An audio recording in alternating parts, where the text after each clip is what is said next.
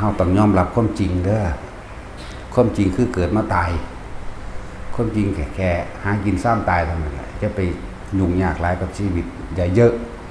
จะเป็นคนเรื่องมากแค่นั้นแหละยังก็ดี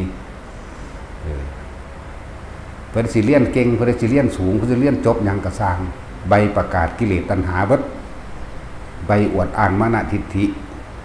ใบอวดอ้างก็จะคล้องกันนี่อิทธิพล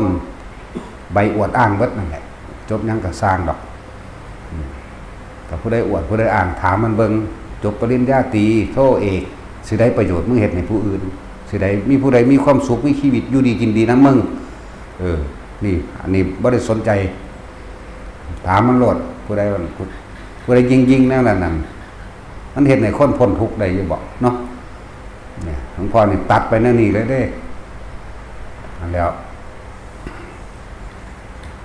จะไปสอนนำพวกเลี้ยงลูกพยายามจะให้ลูกจบนั่นจบนี่เป็นนั่นเป็นนี่มันบ่เรียนก็สร้างฮีแม่มึงอยากว่าล่ะเดี๋ยวก็ตายคือเก่านั่นแหละมันสิเรียนหรือบ่เรียนก็สร้างแมงดอก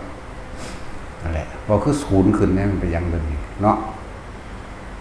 อย่าไปเยอะอย่าไปยุ่งยากหลายมันบ่มีกินมันกินหญ้ากินดินไปมันก็ได้ตัวกินน้ำน้ำห้วยน้ำหนองแต่มันอยากกินน้ำใช้กินเฟื่องกินหยังไปแหนเปลือกไม้กินไปก็ได้ตัวจังว่าบ่ได้ให้อย่าไปเยอะกับมันชีวิตถูกเฮามันถูกอวิชชาคือความบ่รู้หลอกลวงมานานแล้วนี่เว้าไผสิเอาตัวเองออกโลดอย่าเยอะถอนตัวออกเลยจากความเป็นห่วงจากความกังวลจากหลายๆอย่างที่อยากมีหน้ามีตาเหมือนเขาบ่อยากให้ลูกเป็นรัฐมนตรีบ่เป็นนายกบ่เป็นรัฐมนตรีเป็นนายกมันก็บ่พาผู้ใดพ้นทุกข์ได้ดอกทุกข์ก็เก่าอีกอยากว่าล่ะโกงกินตัวมันเองก็สิทุกข์ก็เก่าอีกนั่นแหละจบปริญญากับอวดอ้างกิเลสตัณหามานะทิฏฐิใบประกาศความโลภความโลภรุ่นปริญญาตรีความโลภระดับโทความโลภระดับเอกความโลภระดับด็อกเตอร์จักก็ล่ะอย่าไปเงิดมันกินข้าวคือเก่านั่นแหละเนาะมันก็กินข้าวกินบักม่วงกินแบบนี้ กินอ้อมหนู คือกันนั่นแหละมันสิสะอ่อนน้ำแมงยิ่งกว่าสารสั่นกินปลาหมึกกินกุ้งกินหยังไปนี่แหละไปเงิดหลายนี่นั่นไม่นี่ให้มันอวดบโลดแต่ความรู้อันใดที่ไม่ทำให้ตัวเองพ้นออกจากทุกข์จากการเวียนว่ายตายเกิดได้ความรู้อันนั้นแค่ว่าเอากลับมาทำร้ายตัวเองแน่นอนอยู่แล้วยศถาบรรดาศักดิ์และอำนาจอันใดในอาชีพในการงานข้าราชการคู่ทหารตำรวจหรือข้าราชการยังกระซังที่กินเลือดกินเนื้อผู้อื่นกินเลือดกินเนื้อผู้อื่นประชาชนนี่แหละความรู้อันนั้นยศถาบรรดาศักดิ์อันนั้นทำร้ายตัวเองยังคาดไม่ถึงนั่นแหละจึงจะไปเงิดสิ่งที่เฮาเคารพเทิดทูนบูชาคือบุคคลผู้มีคุณธรรมบุคคลที่สร้างสาธารณประโยชน์หรือทำประโยชน์ให้ผู้อื่นได้โดยไม่หวังสิ่งใดตอบแทนโดยไม่ดังอ้างว่ากูทำให้ไม่ต้องไปสนนั่นไม่ต้องไปหวังผลจากการทำดีจาคะแปลว่าการเสียสละออกจากความเห็นแก่ตัวถ้าเฮาซอยเหลือคนเฮายังมีความหวังว่าเขาจะซอยเหลือเฮาขึ้นหรือหวังผลประโยชน์อย่างใดอย่างหนึ่งนั่นน่ะก็แค่ว่าทำสิ่งหนึ่งเพื่อแลกสิ่งหนึ่งแม้กระทั่งการให้ทานหลายๆคนให้ทานมากนี่ทานซ้ำสิ่งหนึ่งเพื่อแลกสิ่งหนึ่งเด้เป็นมาเบิดนั่นแหละอยู่ในนี้เวลาเอาเงินใส่ซ่อนขออยู่ตะพึดตะพื้อบ่ขออยากได้ถูกหวยขออยากได้ลอตเตอรี่ที่หนึ่งขอบ่ให้เก็บให้ไข้ให้ปวดให้ป่วยขอให้ร่ำรวยขอให้ลูกให้หลานจังสั่นจังสี่มีวัดนั่นแหละขอให้พบเมื่อแก้วพระนิพพานยังก็ว่าไปพบพระศรีอานอนาคตการมนเทินก็ว่าไปแต่ตอนนี้มันบ่ดีอยู่แล้วมันยังได้สิพบพระศรีได้นั่นแหละหลายอย่างทั้งสว่าเฮาบ่เงิดแต่เฮาก็สิตายคือกันนะอันผู้ว่ามันเรียนจบสูงมีเงินรวยๆมันก็บ่กินเผ็ดดอกนะ มันบ่ขัวเผ็ดกินคือในขามดอกนอตสินบ่เห็นมันขัวเผ็ดกินดอกบ่เห็นว่าปั่นทองคำตุ้ยกินกับน้ำด่างทับทิมดอกนามันสิมีเงินหาแม่มันกินซ้ำตายคือกันเบิดก็ไผก็ดีนั่นแหละ ชีวิตที่สร้างประโยชน์ชีวิตที่ทำให้ผู้อื่นพ้นทุกข์ได้ด้วยนี่ตั้งหากเป็นชีวิตที่มีคุณค่ามีคุณค่ามากอันนี้แล้วโอ้บ่แม่นธรรมดาเด้อันตัดปลูกต้นไม้ปลูกบักฮงปลูกบักม่วงปลูกกอไผ่ไว้น้ำไห้น้ำหน้าน้ำสวนอุ้ยมันหวงบ่ซั่นเนาะปลูกผักจังซี่ปลูกหญ้ามื้อนี้ซุมื้อก็ปลูกหญ้าขายเด้ปลูกผักปลูกหญ้าเขาว่าบ่ผิดเด้โบราณบอกมาแต่เก่าก่อนแล้วเด้น่ะ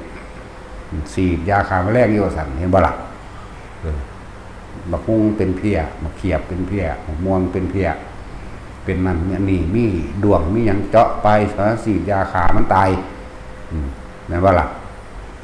สิว่าหยังก็สิมาเฮ็ดเพื่อสาธารณะว่าปลูกผลไม้รากไม้ไว้ให้เป็นทานโดยบ่หวังการตอบแทนใดๆทั้งสิ้นด้วยความเสียสละคือการน้อมเข้ามาเบิ่งตัวเองหันเข้ามาจอเบิ่งความรู้สึกตัวเองว่ายังเป็นเจ้าของมันอยู่บ่สละจริงบ่เนี่ยสิไปเทียบหยังกับคนที่บ่ปฏิบัติบ่ฝึกหัดธรรมะนะคนที่บ่เข้าใจความจริงของชีวิตแล้วก็บ่ยอมรับความจริงของชีวิตพร้อมเกิดแล้วก็แก่เฒ่าอาญะป่วยเวลาป่วยเวลาเจ็บเวลาปวดโทษผู้นั้นโทษผู้นี้เป็นน้ำอีนั่นเป็นน้ำบักนี่เป็นน้ำผีเป็นน้ำสางนั่นแหละโทษไปพอมันบ่มีธรรมะมันบ่มีคุณธรรมมันบ่เคยฟังอริยสัจบ่เคยหาความจริงไปทำบุญมันก็ไปทำบุญเพิ่มบาปดีๆมันไปวัดนั้นวัดนี้หาตำหนินั่นตำหนินี่ไปใส่พระใส่เน้นมันนั่นแล้วธรรมดาบ่อันนั้นแน่มัมอันนี้แน่ครูบานั่นแน่อาจารย์ตัวเขาเคยเป็นมาแล้วเด้ปูศาสตร์ไปเด้อเพิ่นแล้วปูแมงเรื่องจากนางปูปัวเองเด้จังซี่เด้ผู้นั้นสิมาผู้นี้สิมามึงวิเศษว่าทางใดมึงสิมาก็ดีเนาะนั่นแล้วอุ้ยแต่ว่าพระพุทธเจ้าเนี่ยแน่นอนอันนี้หัวก็ให้ห้องเหยียบอันนี้ผู้นั้นหยังยศนั้นยศนี้หูขี้หูดากนั่นแหละเขาเยาะเย้ยไปเลยเด้เนี่ยไม่ได้สนใจเด้ทุกคนกัน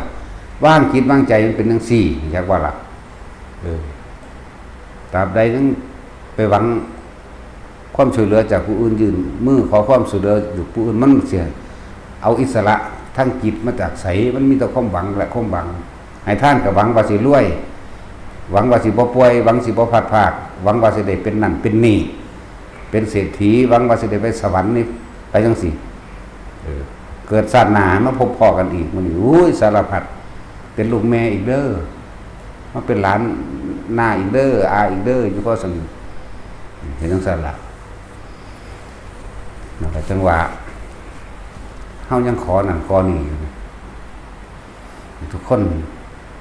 อย่าหลงความคิดเจ้าของอย่าหลงโลกพร้อมจักบ่ค้นขวางโลกเป็นจังไดค้นขวางโลกได้อันนี้ท่วนกระแสจักบ่ท่วนกระแสก็นั่นแหละแปลว่าค้นขวางโลกท่วนกระแสโลกหลังไหลไปดุจดังน้ำนี่เป็นธรรมดาต้องไหลลงสู่ที่ต่ำจิตใจของสัตว์ทั้งหลายก็ไหลลงสู่ที่ต่ำยึดติดชื่อเสียงเกียรติยศศักดิ์ศรีตระกูลยกอ้างขึ้นมาแล้วก็ยศต่างๆผู้นั้นเป็นตำรวจผู้นี้เป็นหมอผู้นี้เป็นครูเป็นอันนั้นตัวพี่น้องเขาเป็นอันนั้นตัวเป็นอันนี้ตัวเป็นหยังกับสร้างแม่เป็นหยังมันบ่ได้สามารถที่สิเฮ็ดให้เฮาพ้นออกจากทุกข์ได้ไหมจะปีเงินจากว่าล่ะนั่นซั่นแล้วจะเป็นมีความหวังบ่หลายๆคนก็เป็นได้อยู่ในนี่แหละพี่น้องเป็นตำรวจก็มาอ้างเพราะหยังอ้างว่าสิให้เขาย่านเจ้าของเนาะแม่นบ่อันคนแค่มูซื่อๆจักฮู้จักกันคักบ่คักก็มาอ้างบ่เป็นหยังหรอกกูมีหมู่เป็นทนายว่าเด้โอ้ยโตๆมันเองก็หากินบ่รอดอยู่ทนายก็ดีนั่นแหละพวก หรือว่าเอามาอ้างเป็นตำรวจลุงกูเป็นตำรวจน้องกูเป็นอ้ายกูเป็นนั่นนี่กูเป็นพี่น้องกูเป็นไปเด้เนาะปานว่าเขาสิซอยเพิ่นนี่คือความจริงทุกคนเวลาไปขอความช่วยเหลือนี่เอาทุกคนก็มีประสบพบเหตุแบบนี้ก็แล้วกันหน้านี่สั่นแล้วและฉะนั้นคำว่าตนเป็นที่พึ่งของตนเป็นความจริงถ้าเฮาเป็นพึ่งตนเองได้แล้ว ตามความเป็นจริงได้แล้วเฮาสิเป็นอิสระจากความหวังต่างๆที่เฮาคิดว่าเขาสิซอยเหลือเฮาได้เฮาสิเป็นอิสระเลิกละออกมาจากความหลงงมง่ายในการถือผีสางนางไม้เทวดาสิ่งศักดิ์สิทธิ์นั่นนี่ว่าพญานงพญานาคพญาขุดพญาอินทร์พญาพรหมต่างๆว่าเขาสิมาดลบันดาลความสุขสมหวังให้ตัวเองบ่มีทางเด้อดลบันดาลบ่ได้จะไปหวังแม้กระทั่งพระพุทธรูปพระพุทธเจ้าสิเสกสรรดลบันดาลยังให้ผู้ใดสิ่งทั้งหลายเหล่านั้นเพิ่นถิ่มมาแล้วเด้ยศถาบรรดาศักดิ์สูงสุดอยู่แล้วพระเจ้าจักรพรรดิเพิ่นถิ่มเพิ่นบ่เอาบังดุลอีก7มื้อสิได้เป็นพระเจ้าจักรพรรดิบ่แม่นธรรมดาเด้คำว่าจักรพรรดิเฮาฮู้จักอยู่บ่ปกครองโลกทั้ง4โลกและสวรรค์เครื่องหนึงพุ่นน่ะเพิ่นก็ยังถิ่มบัดนี้แดบโลกความเป็นกษัตริย์เพิ่นก็ยังถิ่มบ่เอาอีกเมียกับผู้บักงามเมียน้อย 74,000 คนปราสาท3ฤดูอีกถิ่มพวกเขาสิไปทำบุญเพื่อสิเอาแต่สิ่งเหล่านี้เลยพุทธเจ้าเพิ่นบ่ได้ตรัสรู้มาเพื่อว่าสิมาเฮ็ดให้ไผรวยเด้บ่ได้มาดลบันดาลให้ไผรวยบ่ได้ดลบันดาลให้ผู้ใดบ่ป่วยบ่ได้มาดลบันดาลให้พวกเจ้าได้ยศถาบรรดาศักดิ์ให้ไปเป็นในพ้นในพันบ่แม่นมันตรัสรู้มาเพื่อจะเอาความจริงออกมาแสดงให้พวกเขาเห็นความจริงที่พวกเขากำลังหลงงมง่ายอยู่พวกเขากำลังหลงอยากได้ยศนั่นยศนี่พ้นตรีพ้นเอกหรือในตำแหน่งใดก็แล้วแต่จะเป็นนั่นนี่เพื่อสิมีอำนาจในการกบขี่คนข่มเหงคนจังซี่เพื่อสิให้บ่ป่วยจังซี่บ่แม่นเลยเด้อเจ้าเพิ่นดลบันดาลให้รวยบ่มีทางอะไรยังว่าเพิ่นถิ่มมาแล้วเพิ่นมาสอนให้เฮานำแนวของเพิ่นที่เพิ่นประสบพบมาพ่อมาแล้วเห็นมาแล้วการเกิดเป็นทุกข์เพราะว่าหยังทุกข์เพราะว่าหยังหิวร้อนหนาวป่วยบาดเจ็บทุกข์เพราะว่าหยังหวาดกลัวในอสุนิบาตฝนตกฟ้าห้องลมพายุต่างๆหวาดกลัววัฏภัยอุทกภัยน้ำท่วมนะอสุนิบาตภัยคือฟ้าผ่าฟ้าห้องอย่ามันพาหัวเจ้าของนั่นแหละอัคคีภัยย่านไฟใหม่มนุษย์สะภัยเนี่ยจากโจรขโมยทั้งหลายแล้วก็อมนุษย์สะภัยพวกเสือพวกงูต่างๆเป็นต้นโรคันตรภัยย่านเป็นโรคยันติดโรคนั่นโรคนี่จากสัตว์มั่งจากคนเหมือนกันมั่งโรคันตรภัยสัตว์ทันตรภัยย่านเกิดสงครามย่านอย่างเดียว มรณะภัยกลัวเกรงต่อความตายนี่แหละความเกิดเป็นทุกข์ภาวะย่านสิ่งเหล่านี้กลัวสิ่งเหล่านี้เป็นสั้นยันเจ้าของบ่อยู่ดีมีสุขยันเจ้าของบ่ร่ำบ่รวยแล้วสุดท้ายมันจะลงมรณะภัยอันเกิดแก่ความตายย่านร้ายคนย่านตายแต่ว่านี่มันบ่เข้าใจความจริงมันบ่ยอมรับความเกิดเป็นทุกข์เช่นนี้เนี่ยนะแล้วเป็นทุกข์เพราะว่าพลาดพลาดจากซึ่งกันและกันกับบุคคลที่เฮาที่รักที่ใคร่ที่พอใจลูกหลานพ่อแม่ปู่ย่าตายายลุงป้าน้าอาเพื่อนฝูงที่มีผลประโยชน์ต่อกันเนี่ยแม่นบ่ล่ะสั้นนี่แหละเราบ่เห็นความจริงตัวนี้สุดท้ายโดยความจริงแล้วก็ต้องตายคือเก่านะถึงว่าเป็นหยังคือบอกแต่เรื่องความตายมันเป็นสิ่งที่หลีกเลี่ยงบ่ได้มันเป็นสิ่งที่ยอมรับมันเป็นสิ่งที่ต้องทำจิตใจยอมรับแล้วมันสิได้เตือนตนเองเวลาบ่ได้ดังใจ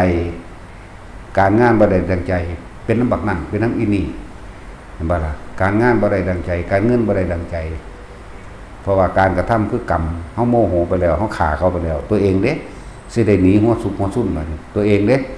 ที่ได้เล่าร้อนและกังวลขาเขาได้คิดว่าจะของสิเก่งแต่ว่าความรู้สึกผิดหรือความรู้สึกที่หวาดระแวงกลัวเกรงต่ออาญาแผ่นดิน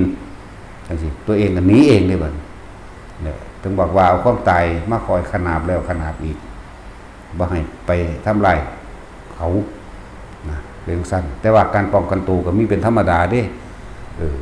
ถือว่าเขามาบุกลุกบ้านเฮือนเจ้าของก็ต้องป้องกันอยู่ฆ่าก็ฆ่าถ้าแนวนั้นก็ เรื่องสั้นเด้มันก็ต้องป้องกันแต่ว่าบ่แม่นว่าฆ่าเพราะว่าบ่ได้ดังใจเพราะว่าบ่แม่นได้ตามความโลภเจ้าของบ่แม่นแบบนั้นเฮาเว้าความจริงมันโลดนะแล้วก็หลายๆอย่างอยู่ในโลกของพวกเฮานี่ปะปนกันอยู่ในนี่เฮาต้องปกป้องตนเองธรรมดาเฮาก็ปฏิบัติธรรมนี่เฮาบ่ทำลายเบียดเบียนไผดอกแต่ว่าเฮาก็บ่ยอมผู้ใดมาทำลายเบียดเบียนเฮาคือกันคนพาลนิสัยคนพาลคือคนที่เห็นแก่ตัวคำว่าคนพาลนี่คือคนที่เห็นแก่ตัวที่สุดเขาสิบ่รู้ว่าอะไรเป็นประโยชน์ต่อโลกต่อคนต่อมนุษย์สัตว์ทั้งหลายอันไหนเป็นโทษไม่รู้ความเห็นก็ตามความเห็นที่เป็นโทษความเห็นที่เป็นประโยชน์เขาสิบ่สนใจแต่ความเห็นกูต้องเป็นใหญ่กูเว้าถูกผู้เดียวโดยเฉพาะพวกมียศโดยเฉพาะพวกมีตำแหน่งต่างๆเรื่องสั้นเขาจะเอาเปรียบเฮาเขาจะเอาเปรียบเขาจะหาวิธี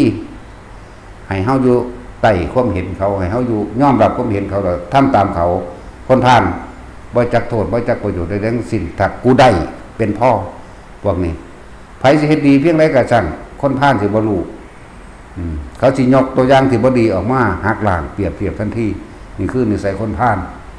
เป็นธรรมดาคนพาลบ่รู้ว่าผู้ใดเป็นคนดีบ่รู้ว่าคนใดเป็นคนเลวเด้คนพาลฉะนั้นโลกวันนี้มาจังซี่เขาก็ต้องปกป้องตัวเองออกจากคนพาลคือกันจักว่าล่ะบ่ได้ให้แพ้เด้บ่ได้ให้ยอมด้วยแต่จังซี่จักว่าล่ะถ้าเขามาลุกลานก็ต้องป้องกันตัวเป็นธรรมดาเพราะขากับขาแมงเลยจักว่าล่ะตายคือเขาจักว่าจะไปย่านอิหยังหลายเถาะนี่แหละคนปฏิบัติธรรมหรือคนทำบุญมักสิถึกตัวนี้มีอิทธิพลกดทวงตัวเองบ่กล้าทำลายแต่ว่าบ่เข้าใจบ่ว่าถ้าเขามาลุกลานเฮาในสถานที่ต้องปกป้องตัวเองเป็นธรรมดาเฮาบ่ได้ไปลุกลานไผเฮาอยู่เฉพาะที่ของเฮาตัวนี้สิเป็นปมด้อยสิเป็นจุดอ่อนสิเป็นย่านบาปอยากบ่ล่ะศาสนาอื่นๆพวกเดรัจฉีนอกศาสนามันบ่ได้ย่านเด้แม่นบ่ล่ะเห็นว่ามันฆ่าพระฆ่าเนรมันฆ่าคนฆ่าคู่ฆ่าหยังมันฆ่าไปเบิดเฮาก็ฆ่าได้คือกันจะว่าล่ะถ้ามันมาลูกหลานเฮาก็ฆ่ามันคือกันแล้วเพื่อปกป้องไม่มีเจตนาในความโลภมันบ่บาปดอกนั้นบาปหลวงพ่อนี่บาปหลวงพ่อเป็นผู้บอกใช่ว่าล่ะกฎของกูมีอยู่ว่าเด้ฆ่าเจ้ากรรมนายเวรเด้ที่มันเป็นพานเด้จักว่าล่ะสั้นแล้วกฎของกูเด้มันกฎของกรรมมื้อไผสิปกป้องเฮาจักบ่ล่ะที่ผ่านมามีไผปกป้องเฮาอยู่บ่บ่มีแม่นบ่มีแต่เฮาปกป้องตนเองจะไปหวังความยุติธรรมจากผู้อื่นต่อของสัตว์เองเลยกูนี่แหละสร้างความยุติธรรมให้กูเองมันมีผู้ใดเข้ามาให้ความยุติธรรมบ่มีแต่มาสาปแช่งและทำลายเพราะว่ามันบ่ได้ผลประโยชน์เห็นบ่ล่ะลองเอาเงินให้มันมาแม่แถมสมว่ามันได้เงินไปนี่เฮ็ดไปจังซั่นล่ะเด้ออย่าเฮ็ดบางหันอีกอย่าเฮ็ดบางอีกมันสิคมไปพร้อมเด้เนาะแท็กซี่จังซี่อีหลีบ่ว่าสิป้าไม่บ่ว่าสิสปกบ่ว่าสิโคตรพ่อโคตรแม่บักใดอีใดก็สร้างสิบ่จักความว่าเขาเฮ็ดเพื่อประโยชน์หยังกรมการใดงานใดอีใดบักใดก็ตามตำแหน่งใดก็สร้างที่บ่รู้จักว่าเขาสร้างประโยชน์หรือบ่สร้างประโยชน์สัตว์แมงเลยตีปากแมงโลดพอฟันคอก็ฟันเนาะเขาก็ยังสอนกันจงปาดที่คอมั้ยเนาะเฮาบ่สอนไผแต่ว่าเฮาบ่ไปลุกลานไผเดี๋ยวกูเฮ็ดเองจังซั่นตัวขนาดบ่เคารพนับถือเขายังสอนปาดคอเนาะอันนี้มาลุกลานเฮาแท้ๆเฮาก็ฟันหัวคือกันนั่นแหละนั่นแหละที่บอกนี่อย่าไปอ่อนอย่าไปย่อมกับความอยุติธรรมนี่คือปมด้อยของคนศาสนาพุทธจักว่าล่ะปมด้อยก็แม่นย่านหลายย่านตะบาปเมืองนารันท่ามันมีมาก่อนหรอเด้เป็นนั่งสมาธิเขาฟันข้อบัดนี้ไหม แล้วก็มาโยนความผิดว่านั่นเป็นเพราะว่ากรรมอย่างนั้นอย่างนี้เราต้องยอมรับให้เขาฆ่ากูบ่ยอมเลยกูฆ่าเจ้ากรรมนายเวรเลยกู ลองเบิ่งอะไรในเมืองบ่มีความยุติธรรมแล้วก็ต้องจับอาวุธเพื่อปกป้องตนเองเป็นธรรมดาเลยถึงมันผู้ใดมาปกป้องเห็นบ่รัฐบาลกับพิษกันเพราะรัฐบาลตำรวจกับพิษกันเพราะตำรวจผลประโยชน์บ่ลงโตเนาะเห็นบ่ซั่นทหารก็พิษกันเพราะทหารซาดกันอยู่ซั่นโอ้ยประชาชนตายระบาดนี่นั่นซั่นแหละจะไปหวังพึ่งพามันเอาธรรมะพึ่งธรรมถึงความจริงเป็นไงโลดความจริงหยังมึงมาบุกล้านกูก่อนในเฮือนกูก่อนในบ้านกูก่อนจักบ่ล่ะนี่คือความจริงสัจธรรมตัวนี้สิปกป้องเฮาเองบ่ต้องกลัวอาชญาใดๆทั้งสิ้นสัจจะตัวนี้เป็นของที่เหนืออย่างหลายๆอย่างเด้ที่เราขาดคิดบ่ถึงเฮารอดจากความตายมาได้หลายๆอย่างจากเหตุการณ์หลายๆอย่างเพราะสัจธรรมเฮาเองเด้สัจธรรมคุณธรรมที่เฮาสร้างมาเองหลายเหตุการณ์อยู่เด้เขาหลอดตายมาได้ตะกี้เขาก็เคยซอยเหลือคนหรือว่าซอยหลายอันละอย่างบาดที่เป็นโทษเป็นผิดเขาโยนความผิดให้เขาเบิดจากว่าล่ะแต่เขาก็บ่ว่าจะเอาคืนเพราะเขาเลยเหตุให้รู้สึกว่ามั่นใจแน่ในคุณธรรมสัจธรรมแห่งตนเขาจึงเอาสัจจะเป็นไงเอาธรรมเป็นไงเอาสัจจะเป็นไงอย่าอ่อนแอกับคนเลวคนพาลคนโกงคนเห็นแก่ตัวคนชั่วคนเลวทั้งหลายเมียนมันสั่นแล้วที่ทาผู้ใดมาให้คนวิธรรมเอาตำรวจเขาก็มีหน้าที่แค่แกล้งคงไปแล้วเขาก็เฉยๆไปเด้เขาบ่ได้นำให้เฮาเด้บ่มีเงินจ้างเนาะถ้าแม่ลองเบิ่งแม่ถ้าบ่แม่นผู้ใดก็พบพ่อมาเบิดแต่แนวมื้อนี้นะเว้าความจริงอย่าต้องย่านนะตอนมาหาเฮามึงบ่มาทำบุญกูก็เมียนแมนคือกันตัวเนาะพระอยู่ดีต้องใจเลยนักเลงไปเลยจักว่าล่ะบ่ได้สอนให้ผู้ใดอ่อนแอเด้เข้มแข็งแต่ก็บ่ให้หนีพอบ่ให้หนีปัญหาเด้ปัญหานั่นน่ะคือหินรับปัญญาหลวงตาเราบอกไว้แล้วถ้าเฮาคนเฮาถ้าบ่มีปัญหาเฮาจะบ่มีปัญญาแก้เด้เห็นบ่แต่ว่าแก้นี่ต้องเอาคำว่าสัจจะเอาความจริงเข้าสู่กันคำว่าแก้นี่เพราะบ่ได้เอาความโกงบ่ได้เอาความโลภแก้เด้นั่นแหละอย่างซั่น พุทธเจ้าบ่ได้พาหนีเด้กินจะมาในวิกาบ่หรือยังมาคันธิยะบ่หาเรื่องไล่เพิ่นแน่ไล่หมู่พระภิกษุสงฆ์แน่หาเรื่องใส่พระพุทธเจ้าพระอานนท์ท้อถอยใจส่วนหนีหนีไปอยู่เมืองนั้นถ้าเขาไล่อีกเดี๋ยวอานนท์เฮ็ดจังได๋หนีอีกเฮาสิบ่หนีตลอดชีวิตเฮานี่บ่ฉะนั้นจงอย่าหนีเห็นบ่ล่ะจงอยู่เอาชนะให้ได้เห็นบ่ล่ะมันสั้นแหละนี่ก็เป็นตัวอย่างนึงผมก็สอนให้ผู้ใดฆ่าไผดอกมันจะเฮาแหละเพราะกฎของกูมันบ่เป็นกฎของกรรมเนี่ยจักอยู่ว่ามันมีภัยอันตรายเดรัจฉีนอกศาสนาไปสร้างอยู่ใกล้ๆกันครับวัดเชตวันตลอดทั้งวัดของญาติการามเป็นวัดของภิกษุณีให้พระอานนท์ไปตามพระเจ้าพระเสนมาเพราะว่าไปรับสินบนเขามันคือกันเลยกับช่วงนี้อยากว่าคือกันเด้กับพวกกันสสหรือรัฐบาลอย่างต่างๆไปรับสินบนเขาเนาะเดรัจฉีนอกศาสนาเบิ่งเด้อเขามีกำลังมากขึ้นเห็นบ่ล่ะเขาเริ่มขาไปเลยเด้อันนี้ก็เหมือนกันทั้งสั้นแหละเหมือนกันพุทธเจ้าต้องไปบอกพระเจ้าพระเสน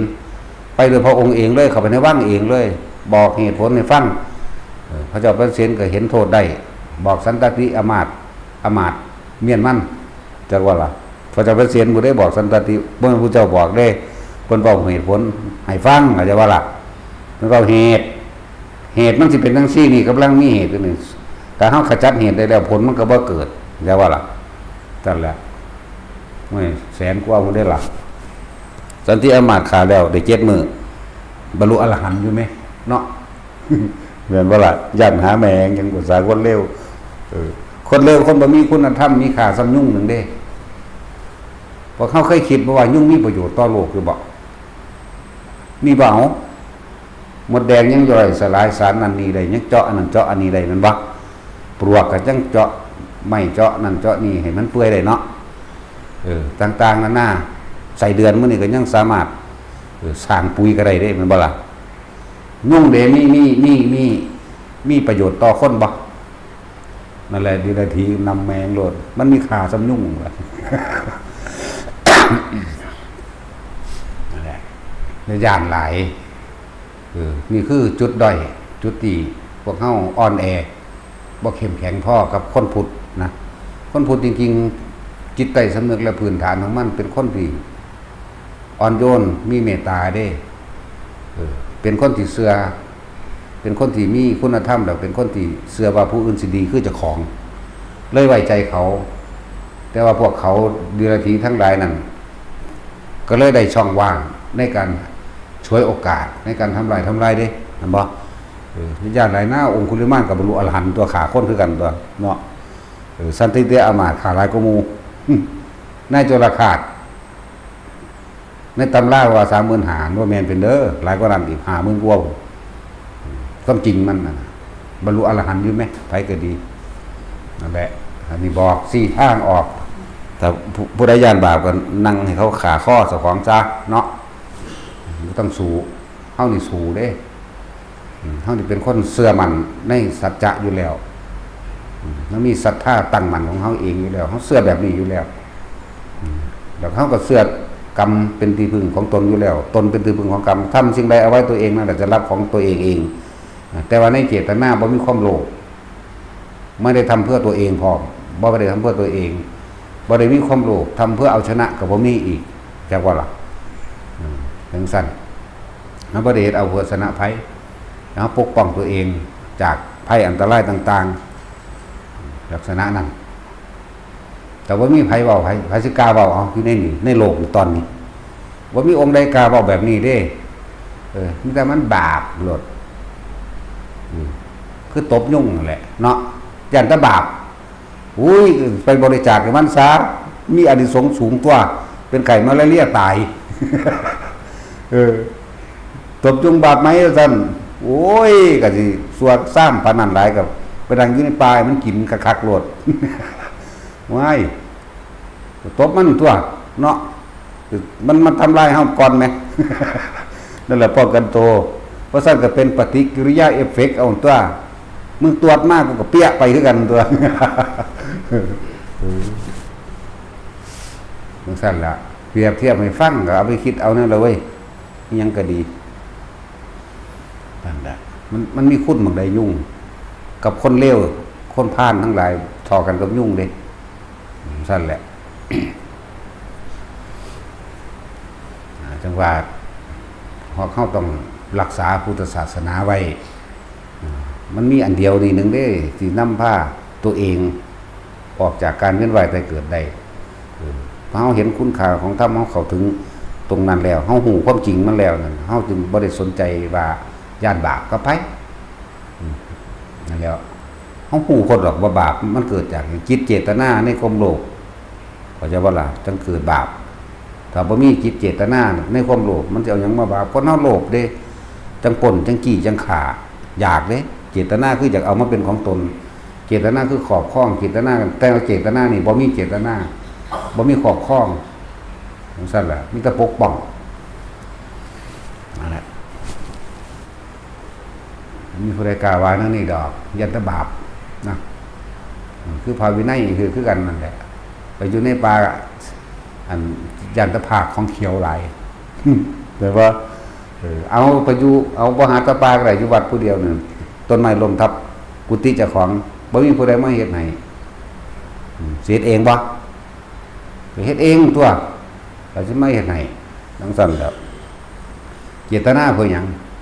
บ่ได้ประดับบ่ได้ตกแต่งแต่เอาออกมันเป็นภัยมันเป็นอันตรายบ่ซั่นจังซั่นแหล้วหลักการพวกหลักการประสบการณ์เฮาแมงหิวมากกูลาวกินแมงเบิดน้ำปลาน้ำดง บ่กินตะซับเท่านั้นเด้กินเบิดนั่นแหละอันแนวบ่นั้นมันบ่มีให้กินไว้เนาะแต่สินแต่มีกวางนี่จักกินแมงเป็นโตเลยเด้อมันหิวความหิวฆ่าคนได้เด้จักว่า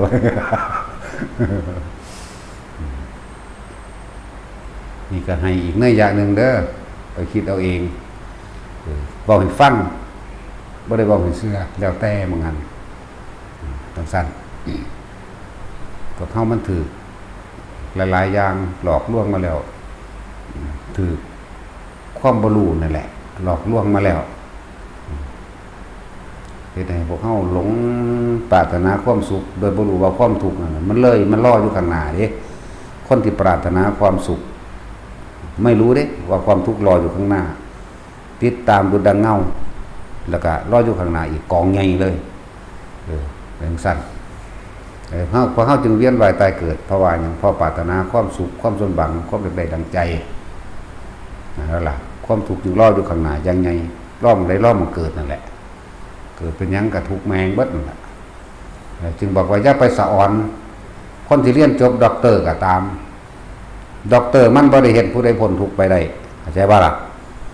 ด็อกเตอร์มันเห็นให้ผู้ใดอยู่ดีกินดีมีสุขคือบ่ถ้าว่ามันสั่งผลงานได้อาชีพมันร่องบ่มีเงินค่าจ้างรางวัลหรือมันเฮ็ดอยู่บ่แม่ว่าซั่นเอาเลยคู่ในโลกนี่เบิดเลยแต่บ่มีผู้ค่าจ้างมันสิสอนบ่แม่ว่าล่ะเอาเลยตำรวจเอาเลยทหารสิบ่แม่นทหารเกณฑ์แม่ว่าล่ะถ้าบ่มีค่าจ้างเอามันเฮ็ดอยู่บ่เฮ็ดเอาเลยสสในโลกนี่รัฐมนตรีในโลกนี่แต่บ่มีค่าจ้างมันเฮ็ดบ่เฮ็ดฉะนั้นอย่าไปเงินอย่าไปสอนออนไลน์ยิ่งพวกข้าราชการมันบ่ได้เข้าใจฐานะเจ้าของเด้บ่เข้าใจได้ว่าฐานะเจ้าของเป็นผู้รับใช้ประชาชนค่อยให้คำแนะนำในความผิดความถูกเด้อันนี้ผิดอันนี้ถูกแล้วเฮ็ดแบบนี้เด้ค่อยเป็นผู้ประสานสมานมิตรในความบ่เข้าใจในความเป็นอยู่ซึ่งกันและกันเด้กฎหมายนั่นพระวินัยพระก็เหมือนกันก็เพื่อว่าให้พระภิกษุอยู่ร่วมกันโดยความเป็นปกติสุขบ่ให้เกิดความทะเลาะบ่แว้งกันกฎหมายก็เหมือนกันบัดนี้กฎของพระนี่ห้ามฆ่าสัตว์อยู่แล้วบัดนี้กฎของโยมบ่ให้ห้ามเด้เปิดโรงงานฆ่าสัตว์ฆ่าเป็ดฆ่าไก่ฆ่าหมูฆ่าหมาฆ่าแมวได้เบิดเด้แม่นบ่ล่ะของพระมันยังแน่นหนาถาวรแน่นหนักอยู่แล้วนะนั่นแหละจังซั่นแล้ว บัดนี้จะเอากฎของโลกมาข่มเหงพระผู้เขาปฏิบัติก็มีอยู่บ่จะมาตีร่วมนะกฎของพระเพิ่นแน่นหนากว่าอีกอันนั้นเป็นเรื่องส่วนบุคคลผู้เขาปฏิบัติบ่ปฏิบัติถ้าเขามีความผิดก็จับแต่เขาตัวบ่แม่นเสื่อมหมดแล้วมันเสื่อมบ่เป็นดอกหน้าถ้ามันมีอยู่ของมันจังซั่นพระพุทธเจ้าสิเกิดหรือบ่เกิดก็มีของมันจังซั่นนี่แหละกฎนั่นน่ะเดี๋ยวธรรมชาติมันเป็นของมันแบบนั้นธรรมชาติทำดีในการช่วยเหลือผู้อื่นหรือให้ทานรักษาศีลต่างๆมันก็ต้องไปสู่สุคติแม่นบ่ล่ะทำเลวฆ่าลักปล้นจี้มีความโกรธเกลียดอาฆาตบาดหมางมันไปสู่ทุกขติไปหานรกอยู่แล้วนี่มันเป็นของมันอยู่นี่นั่นเป็นตถามันเป็นเช่นนี้ธรรมชาติเป็นปกติของมันเช่นนี้จากว่ามันเป็นแบบนี้ผู้ใดว่างตัณหาบ่มีความอยากอีกก็ในพานเท่านั้นเนี่ยพระพุทธเจ้าเขาสิเกิดบ่เกิดก็สร้างมันเป็นของมันแบบนี้นี่บัดนี้เพิ่นสละตัวเองเพื่อสิเข้าไปค้นพ่อตัวนี้แหละก็สิค้นพบค้นพ่อมันบ่ได้น้อยเด้บ่น้อยไว้ซื่อๆเด้บ่แบบประเภทสั้น3ซะไปเสียสงไขแสนกับนี่ขนาดปัญญาธิกะมันยังมีปัญญาที่1ปัญญาที่2ปัญญาที่3เด้ศรัทธาที่1ศรัทธาธิกะที่1ศรัทธาธิกะที่2ศรัทธาธิกะที่3วิริยะธิกะที่1วิริยะที่2และที่3หมดเด้พวกเขาสิฮู้อีหยังอยู่บ่ได้ซ้ำนี่แม่นบ่ล่ะตั้งแต่เกิดมาว่าเห็นพ่อเห็นแม่ในศาสตร์นี่ก็คิดว่าเจ้าของมีพ่อแม่ในศาสตร์นี่ศาสตร์เดียวติแม่นบ่ล่ะบ่ได้แม่นเด้อไปเกิดเป็นปลาสวัสดิพ้นออกจากความเป็นปลากับพระแห้งเกิดเป็นกบเป็นเป็ดเป็นไก่เป็นงัวเป็นควายเป็นไส้เดือนเป็นกิ้งกือคางคกโอ้ยสารพัดสัตว์ไหมเพิ่นก็เลยเลี้ยงสัตว์ออกมาสัตว์มีเท่ามากมันสิไล่ทั้งเบิดมันไล่บ่ได้มันเยอะประเภทของสัตว์นี่สัตว์มีเท่ามากมีหยังตั้งแต่ใจ6ขาขึ้นไปเอียกเลิศเรียกพวกนี้สัตว์เท่ามากจนถึงขี้เข็บตะขาบมันแหละหรือกิ้งกือนี่กิ้งกือมีจักขาเอิ้นว่าเท่ามาก นี่ประเภทหนึ่งสัตว์ไม่มีเท้าไม่หยังงูแม่นบ่ใส่เดือนแม่นบ่สังเสชะแม่นบ่ประเภทไม่มีเท้าสัตว์สองเท้าคือหยังไก่นั่นดิคนนั่นดิแม่นบ่ล่ะเพิ่นจึงแยกประเภทออกมาทั้งสั้นตัวแล้วก็สัตว์สี่เท้ามันยังละสัตว์สี่เท้าอูฐ อูฐสี่เท้าว่าสัตว์หรือมันมีหาเท่า พวกอูฐพวกม้าพวกงัวพวกควายพวกหมูนี่สิแต่คุณต้องแยกประเภทใหญ่ๆเอาไว้ให้นั่นแหละหลายๆอย่างที่บ่เฮาว่าท่านได้รู้อีหยังเลยนี่คิดว่าพ่อแม่มีแค่นี้เด้บ่แม่นเด้อทำกรรมอันใดไว้นี่กรรมสกากรรมยุนิกรรมพันธุกรรมปฏิสรณายังกรรมังกริสันติกัลยาณังมังกัลยังวานี่ทำกรรมอันใดไว้หมายถึงสมรู้ร่วมคิดร่วมกันก็จะไปเกิดเป็นญาติกันเป็นในฐานะของมารดาบิดามั่งลูกมั่งหลานมั่งเหลนมั่งนี่แหละครับว่ากรรมพันธุเรามีกรรมเป็นเผ่าพันธุ์หมายถึงการกระทำรวมกันสมรู้ร่วมคิดน้ำกันแล้วก็ไปเกิดไปน้ำกันเกิดในฐานะต่างๆว่าไปนั่นแหละจึงแยกประเภทสัตว์ได้ป่ะนี่เป็นลูกงัวลูกควายก็เคยเป็นบ่ล่ะลูกหมูลูกหมาก็เคยเป็นลูกขี้เข็บแม่งงอดแม่งปองเคยเป็นจะคิดว่าแต่พอมิตรพ่อแม่จะกังวลขัดหลายแต่ก็พ่อแม่ผู้เดียวนี่ไปก็ดีนั่นแหละเท่าจึงมีในการปกติแล้วมันจะเป็น15 ค่ำเดือน 7เนาะที่มันเป็นเดือนปกติในการจุติกิจและปฏิสนธิสู่พระคันของมารดาคันธโพธรสั้นๆแต่ว่าเดือนนี้มันเป็นแฝด2 หนในวันหอนดวงอาทิตย์มันหย่อเข้ามาใกล้โลกเขาเรียกแฝด2 หนบ่นั่นแหละการคำนวณดวงดาวต่างๆบ่แม่นแบบไสยศาสตร์ได้สิบอกไงเด้อ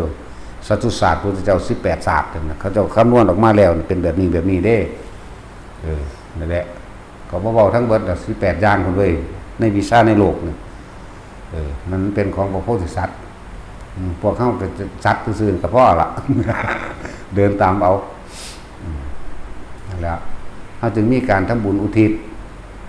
บัดนี้มันหมุนมารอบของมันเองมันเลยมันถึงวันวิสาขบูชา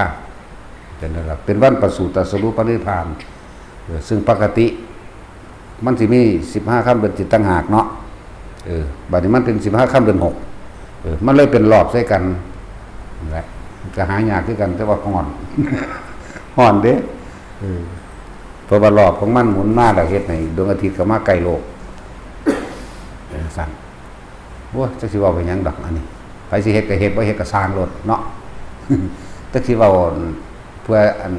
ก็เอิ้นหยังเล่ห์เหลี่ยมเฮ็ดหยังดอกเนาะไผอยากเฮ็ดก็เฮ็ดไผบ่อยากเฮ็ดก็สร้างนั่นแหละถึงว่าในมันเลยเป็นมือวิสาขะไปเลยบัดนี้แต่ที่จริงเฮาเฮ็ดในน้ำ15 ค่ำเดือน 7เด้เข้าใจว่าล่ะเฮาเฮ็ดในน้ำวันจุติจิตของพระพุทธเจ้าบัดนี้มาตรงกันมันเลยเป็นเบิ่น2ซะไปเป็นมือดีเบิ่น2เนาะในมือเดียวกันตกลงเป็นมือเดียวกันคือคนนั้นมาว่าเฮาไม่ใช่นะมันเป็นวันประสูตินะกูฮู้จักก็มึงกูจักฮอด80ประสงค์ไข่กูบ่ได้เงิดผู้ใดดอกกูบอกไปเลยฟ้าเรื่องทีเดียวกูได้หลายคักแล้วสงไข่นั่น บ่ทันได้ดับแสงลงสู่เลยซ้ำไปนั่นแหละนี่แหละที่ว่าที่หลวงตาเพิ่นบอกไว้อีหยัง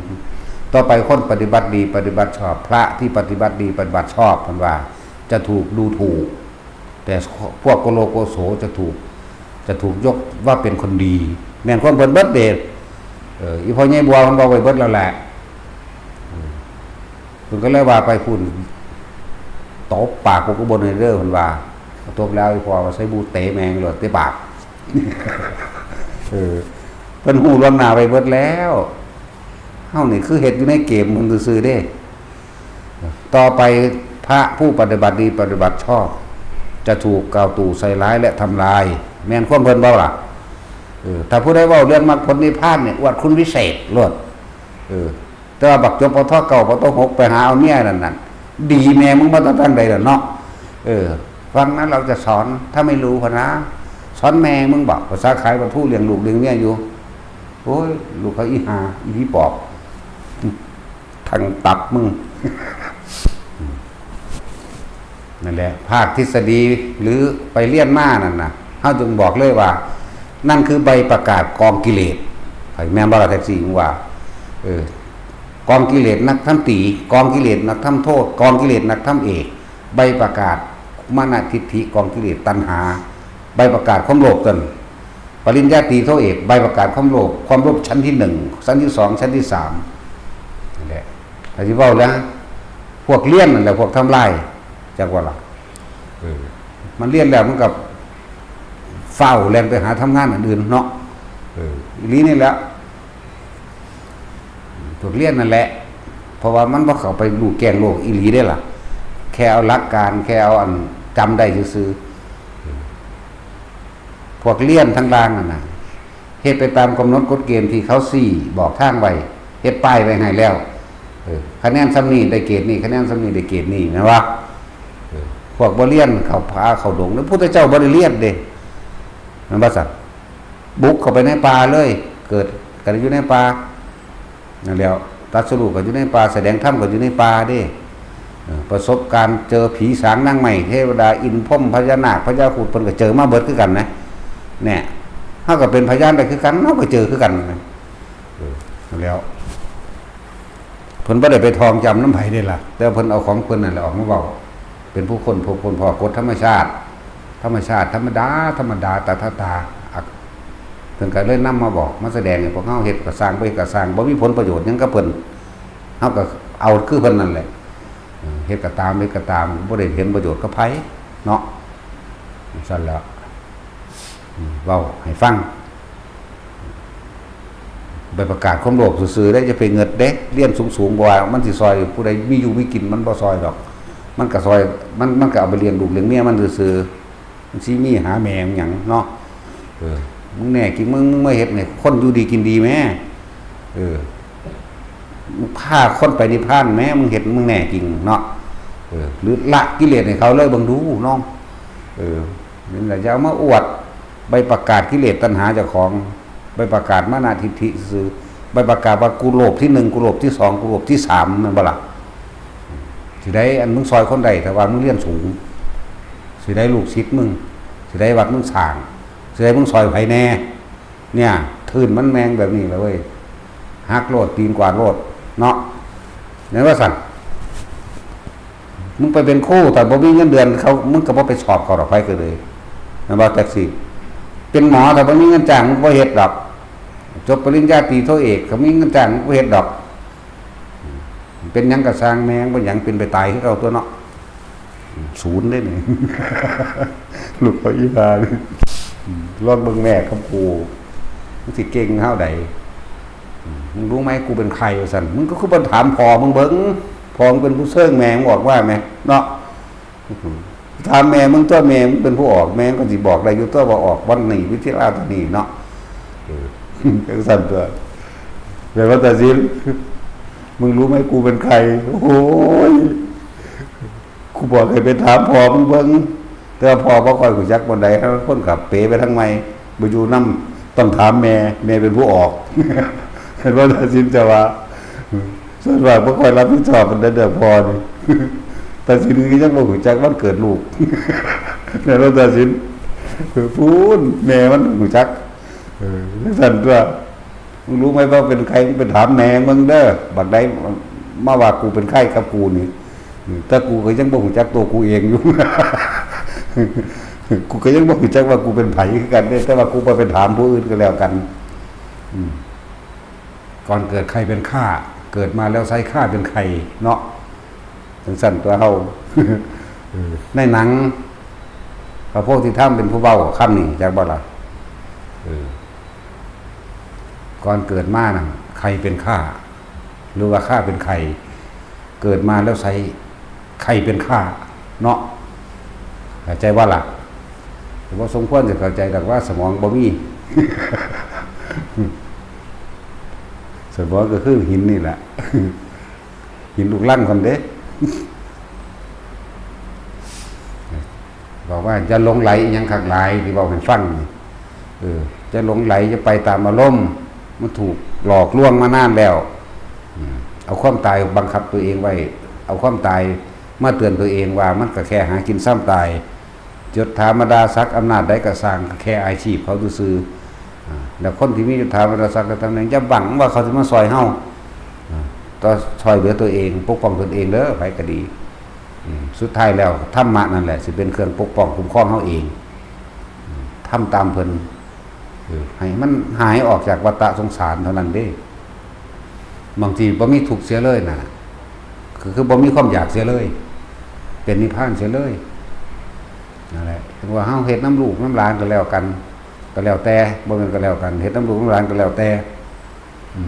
บอกมันแล้วมันบ่เฮ็ดเฮาก็เฮ็ดกันกับมันบ่ได้เด้ปล่อยมันโลดกลับมาเบิ่งใจเจ้าของทวนใจเจ้าของโลดกูกำลังยึดติดถือมั่นกับสิ่งใดโลดบ่แม่นว่าปล่อยปละละเลยบอกแล้วมันบ่เฮ็ดเองเข้าใจบ่ล่ะมันผู้เฮ็ดนำก็สร้างได้นี่หากันมันเฮ็ดถือใจกูตลอดกระทั่งสุดท้ายก็ต้องตายจากกันคือเก่าไหมเนาะแม่นบ่มันสิดมกันอยู่หั่นบ่นั่นแล้วจึงว่าคำว่าความตายมันมีความหมายมากเด้อทุกข์นี่เฮ็ดให้เฮาเห็นความจริงในชีวิตทุกข์ทางกายเจ็บปวดป่วยหิวร้อนหนาวทุกข์ทางใจคือความอยากมันบ่ได้ดังใจเห็นบ่นั่นแหละมี2อย่างนั่นแหละทุกข์ให้เฮ็ดให้เฮาเข้าถึงความจริงได้อย่างสั้นให้เข้าถึงความจริงความตายเฮ็ดให้เฮาบ่ประมาทในการใช้ชีวิตในความหลงของตัวเองและมองสุดท้ายคือบ่มีทุกข์เสียเลยคือบ่มีอยากเสียเลยนิพพานแปลว่าดับแปลว่าเย็นดับหยังดับความคิดเห็นดับความคิดเห็นในความอยากได้อยากดีอยากมีอยากเป็นมันบ่มีหยังอีกแล้วเด้มันบ่ไปเป็นหยังอีกเป็นจังซั่นอดีตบ่มีอนาคตบ่มีเด้แม้ปัจจุบันก็ยังบ่มีเด้แต่เอาสมมุติมาเว้าซื่อๆเด้จังซั่นบ่มีตัวบ่ฮู้จักฮอดวันที่บ่จักฮอดเวลามันขนาดนั้นเด้แต่ก็เว้าไปนั่นแหละก็เอาสมมุตินั่นล่ะมาเว้าบ่ซั่นก็บ่เข้าใจกันสิเว้าแต่ว่างเว้าแต่ว่างมันสิหยังมันเว้าบ่ได้เด้คำว่าว่างมันมีแนวเว้าเนาะนั่นแหละแล้วลงหลายทุกคนสุดท้ายแล้วก็เกิดมาหากินเพียงแค่รอมันตายบัดเฮาเอิ้นว่าเกิดมาหากินซ้ำตายจังซั่นแหละว่าหันมาให้มันรู้ทันความคิดเจ้าของเด้อไปก็ดีทุกอย่างเกิดจากจิตร่วมอยู่ที่จิตกับผู้รู้กับจิตอันเดียวกันนั่นแหละบัดนี้อาการของจิตคือการคิดออกไปความรับทราบของจิตมันรับรู้มาคือความพอใจหรือบ่พอใจเด้นั่นแหละจะเป็นหลงไหลน้ำซับมันไหลเอาความรู้สึกนี่เคยศูนย์บ่บางคนสิมาเถียงตามหลักการเด้เคยศูนย์บ่เคยทุกคนนี่เคยโมโหบ่ก่อนที่โมโหเป็นหยังจังโมโหเป็นหยังจังบ่พอใจเป็นหยังจังโมโหมันบ่ได้ดังใจแม่นบ่หรือว่าผิดกันกับหมู่พวกผลประโยชน์บ่ลงตัวคิดไปบ่โมโหบ่นี่ทั้งหากดังง่ายๆนี่จะไปคิดยังยากหลายตอนนี้เคยดีใจได้ดังใจบ่เอาง่ายๆซื้อเลขถูกดีใจบ่ปรุงแต่งไปได้บัดนี้เนาะโอ้ยเจ้าพ่อเจ้าแม่กกไม้กกกล้วยให้เลขถูกหลายปรุงแต่งไปได้นี่ชิ้นขาดตัวนั้นชิ้นขาดตัวนี้กบห้องมื้อนี้ดีใจได้เนี่ยนั่นแหละวิธีการเกิดของสัตว์ว่าจักที่เว้าเรื่องวิธีการเกิดฟังคนบอกว่าก่อนที่สิตายนี่จิตมีที่ตั้งหมายถึงว่าที่คิดถึงนั่นเองเอาง่ายๆคือทุกคนคิดตอนนี้ทุกคนมีบ้านคิดถึงบ้านเดี๋ยวนี้ถึงเลื่อนตัวเองเดี๋ยวนี้ก็เห็นเดี๋ยวนี้แม่นบ่นั่นเอิ้นว่าจิตมีที่ตั้งที่นี่เฮาคิดนึกปรุงแต่งได้บัดนี้โอ้ยลืมปิดประตูมั่งอยากซ่อมแซมอยากติดแอร์มั่งอยากเสริมครัวมั่งอยากเติมมั่งหันอยากเติมมั่งนี่มั่งพอดีใจขาดตายซ้ำความคิดเข้าคิดว่าเขาสิแล่นไปมั่งหันบ่แม่นอารมณ์ความบ่พอใจในบ้านหรือบ่งามความบ่พอใจในค ความบ่พอใจในอยากเสริมความบ่พอใจในบ่มีเงินเฮ็ดเดี๋ยวนี้ก็จะว่าล่ะไปไสเอาเป็นทางนรกเด้อสิบอกให้เด้อบัดนี้นี่คือไปทางนรกเป็นสิจิตสุดท้ายก่อนจะตายเป็นแบบนี้ความคิดความรู้สึกความสุดท้ายเป็นแบบนี้บัดนี้ความหลงเด้บ้านกูงามบ่อวดอ้างหมู่เข้าใจบ่บัดนี้เว้าเรื่องบ้านมันนี่เว้าเรื่องบ้านเหมือนเดิมนี่แหละอันนั้นก็เรียบร้อยนี่ก็เรียบร้อยมักจะอ้วนอันเขาประดับโคมไฟเมืองหันประดับโคมไฟเมืองนี้โอ้ยงามเด้เนาะพอดีหัวใจวายตายซ้ำนั่นแหละเดรัจฉานจักว่าล่ะนั่นแหละสัตว์เดรัจฉานมีแต่ทั้งต่ำเลยพวกเจ้าเอ๋ยเนี่ยแหละบาริบุญที่เฮ็ดไว้หลายๆนั่นบ่เคยไปคิดพ่อเข้าใจบ่ล่ะเอามันคิดพ่อว่าเอาเคยให้ทานไว้ก็บ่คิดถึงเคยสวดมนต์ไว้หม่องใดหม่องหนึงก็บ่คิดถึงเคารพนับถือพระพุทธธรรมสงฆ์หม่องใดหม่องหนึงก็บ่คิดถึงถ้าคนที่ไปทางสวรรค์คิดถึงคำภาวนาพุทโธพุทโธมันก็ไปสวรรค์เข้าใจบ่ล่ะคิดถึงพระสงฆ์องค์เจ้าที่เฮาเคารพนับถือมันก็ไปสวรรค์คิดถึงพระพุทธรูปคิดถึงพระพุทธเจ้ามันก็ไปสวรรค์เด้นี่บอกทั้งเกิดสูงและทั้งเกิดต่ำเข้าใจบ่ทั้งเกิดต่ำสมมุติว่าไปทะเลาะเบาะแว้งกันกับผู้ใดผู้หนึ่งมาบ่ฮู้จักกันละขี่รถชนเชี่ยวกันขี่รถสวิตสบายแล้วลงมาเถียงกันกลับบ้านไผบ้านมันไปมีอารมณ์ศูนย์บ่อยู่ไผอยู่มันเนาะอันใดเป็นเหตุคิดตั้งไว้ไสตั้งไว้กับบักอันนั้นเรื่องเล่าอันนั้นนั่นบ่ความโกรธเกิดขึ้นนั้นบ่ปิดประตูรถตั้มมันหอดเฮือนแล้วอย่างศูนย์บ่ไปสะดุดขาตัวเองล้มหัวฟาดพื้นปึ๊บไปไสนรกนั่นแหละนรกดิบๆจักว่าตอนนี้เฮาศูนย์อยู่นี่นรกดิบๆตายปุ๊บมันไปนรกสุกเลยได้บัดนี้แต่นรกตัวนั้นเลยนั่นแหละตัวอารมณ์ได้เป็นตัวภพนั่นแหละอารมณ์ความรู้สึกที่บ่พอใจ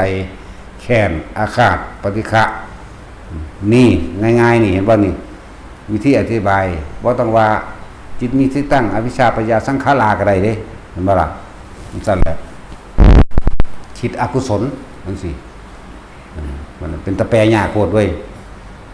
นั่นแหละวิธีเกิดเป็นแบบนั้นเด้อเป็นแบบนั้นเฮาตายสิเทื่อฮู้จักก็แล้วกันนามันปวดท้องมันม่วนเขามันกิ้วเขาคักภาพอันใดมันเกิดก่อนภาพไปใช้เบ็ด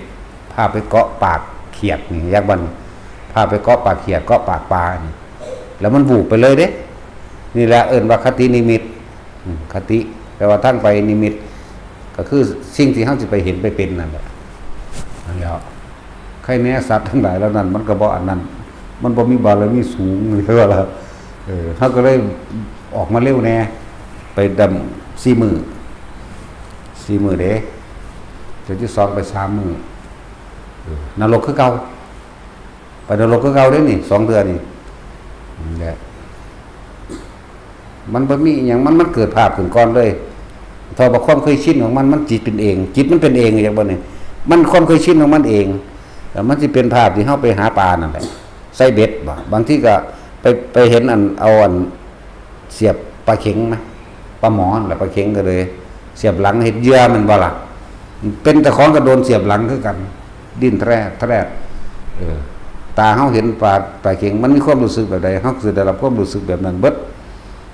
ตอนเฮาไปเป็นอยู่ในนรกนั่นน่ะปลาบักใหญ่ปลานรกก็เลยบ่รู้เป็นตาญาณอีหยังอยู่เด้ฮู้จักปลานรกบ่ เป็นตาญาณกสินบ่เชื่อเจ้าเฮ็ดลองเบิ่งเด้อตายลองเบิ่งเดี๋ยวนี้ล่ะจะไปสูญให้หมาซะก่อนสูญกันกับหมาแล้วเจ้าตกนรกลองเบิ่งจังสิได้ฮู้จักเองดอกสิว่าเป็นหยังก็ไปสูญกับโมโหกับคนเนาะโมโหกับทะเลาะกับหมากันยังงั้นตกนรกมั้ยนั่นแหละแล้วก็ขุดใส่เดือนมาไว้แต่ใส่เบ็ดตะกี้มันเป็นกระปุกเนื้อนั่นไหมกระโปรงเนื้อไหม จังซั่นแล้วตะกี้ยังก็นมผงซิลิแลกเขาเฮ็ดตะกี้นะเอาไปใส่เป็นเหยื่อใส่เดือนนะใส่เดือนที่เหนียวๆคือใส่เดือนหยังแต่สิชื่อได้บ่ใส่เดือนซื้อวังใดเนื้อเหนียวเด้ตอนนั้นบ่ได้ขาดบ่ได้เปื่อยไงคือสิแท้เด้ แล้วบัดเฮาวูบลงไปแล้วจังว่าเป็นนั่งจกกินนี่มันบ่ได้อยากกินเด้ความรู้สึกมันบ่ได้อยากกินจักเม็ดแต่มันจำม่วนเข้าย่ำอยู่เลยสิหักก็คือสิหักแต่ว่ามันสิมีตัวนึงแล่นขึ้นมาระหว่างหน้าผากเคยสมัครน้ำบ่ไผเด้อนี่กิ้วเข้ามึงนี่แต่ว่าตัวนั้นปวดกว่าเด้แตกระเบิดแล้วระเบิดอีกเป็นเรื่องสั่นเจ็บปวดระเบิดอีกเท่าชีวิตของมันเองล่ะโอ้สิเท่าใดใครแน่มันเร็ว4 มื้อ3 มื้อก็ว่าไปแล้วต้มปลาหมอปลาเข็งหน่อยที่ต้มแบบเสียบกาไอ้หม้อไฟฟ้าจักว่าล่ะปลาเข็งก็ได้หั่นบ่หลายตัวดอกจัก7-8 ตัวนี่แหละของเฮาขังมันไว้หลายมื้อเนาะบัดนี้เฮาก็เอามันลงไปใส่ในน้ำกระทะเติมเกลือเติมปลาแดกเติมบักพริกผงใส่นั่นใส่นี่มันหิวมันสวบกินเด้มันหิวตอนเฮาตายไปเฮาก็เป็นคือมันเด้แบบเดียวกันเลยเฮาก็หิวคือกันสวบกินน้ำบักพริกกินแล้วแสบท้องลงไปได้บัดนี้แล้วน้ำจะค่อยๆฟดเดือดเพราะว่าหยังเพราะเฮาเสียบกาไฟฟ้าน้ำร้อนเตาไฟฟ้าเนาะหม้อไฟฟ้าเนี่ยน้ำก็ค่อยร้อนเข้าซึ่งว่าเอาคิดว่าสิถูกต้มจนตายเอาลองเบิ่งเฮาก็ถูกต้มจนตายกับตัวเองเฮาต้มเฮาเองมาแล้วนั่นแหละนี่เอาสิ่งที่เป็นมาให้บอกให้ฟังเด้นี่บัดนี้เฮาขังไปจนตายก็เหมือนกันมันสิคือจังอยู่ในห้องนึงเป็นห้องหินน้ำก็พุดขึ้นมาก็คอยดันเข้าเฮาก็คอยสูงขึ้นแง่นสุดท้ายแล้วก็หัวมันก็ไปส้นเพดานนั่นแหละเป็นห้องแคบๆเด้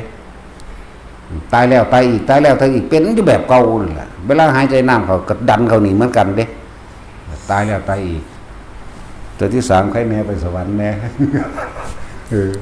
ตัวที่4ตัดสินแปลขึ้นว่าตัวที่4เด้ยังสั้นแหละตัวที่4บ่จากมาจากเม็ดแล้วมันจากบายเด้บายก่อนนะชาวโลกกูนายคักยังสั่นตัวพวกนี้ไปเอาน้ำอ่อนมาลวกเอาขึ้นมันเย็นได้สั่น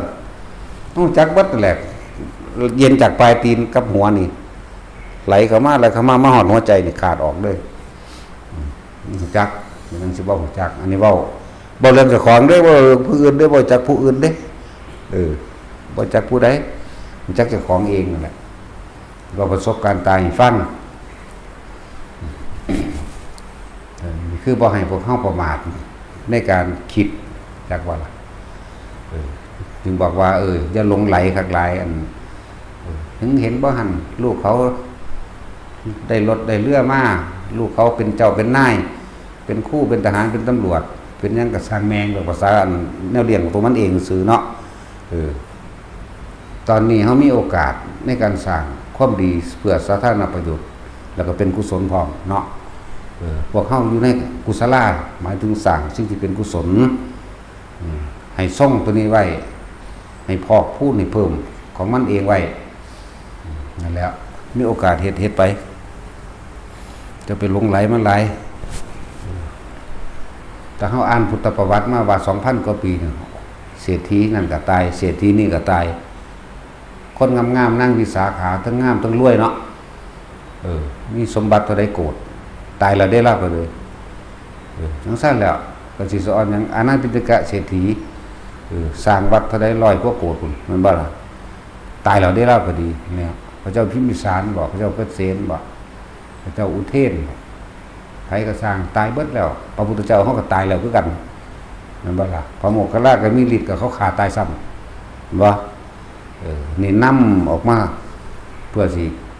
เตือนตนเองได้อัตโนโจทยัตตานังได้เตือนตนเองนั่นแหละดีที่สุดคนอื่นเตือนก็แค่นั้นเด้เข้าใจอยู่ดอกคงใจอยู่ดอกเนาะแต่คนอื่นเตือนน่ะถ้าตัวเองเป็นเองประสบเองเข้าใจลึกซึ้งกว่าอีกจงเตือนตนด้วยตนเองเถอะนั่นแหละพวกเขาเอาความตายของเจ้าของเองมาเตือนเจ้าของพร้อมเอาตัวเองเตือนเจ้าของมากที่สุดเอาผู้อื่นจักน้อยหมายถึงว่านั่นเขาตายเพราะว่ายังพอเขาประมาทเฮาต้องบ่ประมาทจังซี่ตัวจึงบอกว่ามันจะไปเงิดผู้ใดสิมียศธรรมดาศักดิ์มันก็แค่ให้กินแต่ครอบครัวมันนั่นแหละมันบ่แปลงปันผู้อื่นได้หรอกเนาะก็โลกมันเป็นแบบนั้นแหละคนที่เสียสละเพื่อผู้อื่นมันหายากกระดอส่วนมาก คนเฮาน่ะฆ่าผู้อื่นเพื่อตัวเองนะวะ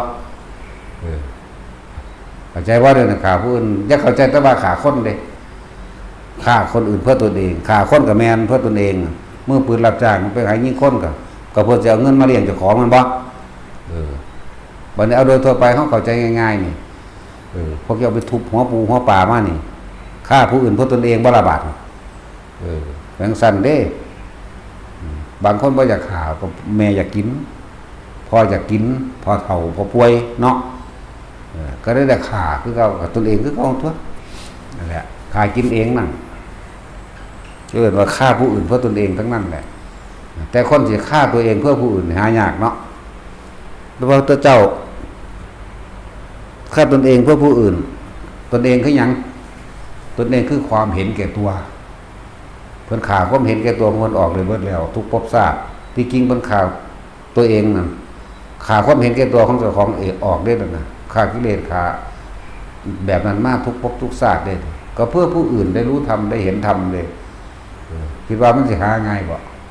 คนได้เอาความจริงมาเว้าคือพระพุทธเจ้านั่นแหละนั่นแหละจงฆ่าตัวเองเพื่อผู้อื่นเฮาสิบ่ได้กลับมาฆ่าผู้อื่นอีกเพื่อตัวเองจะว่าล่ะ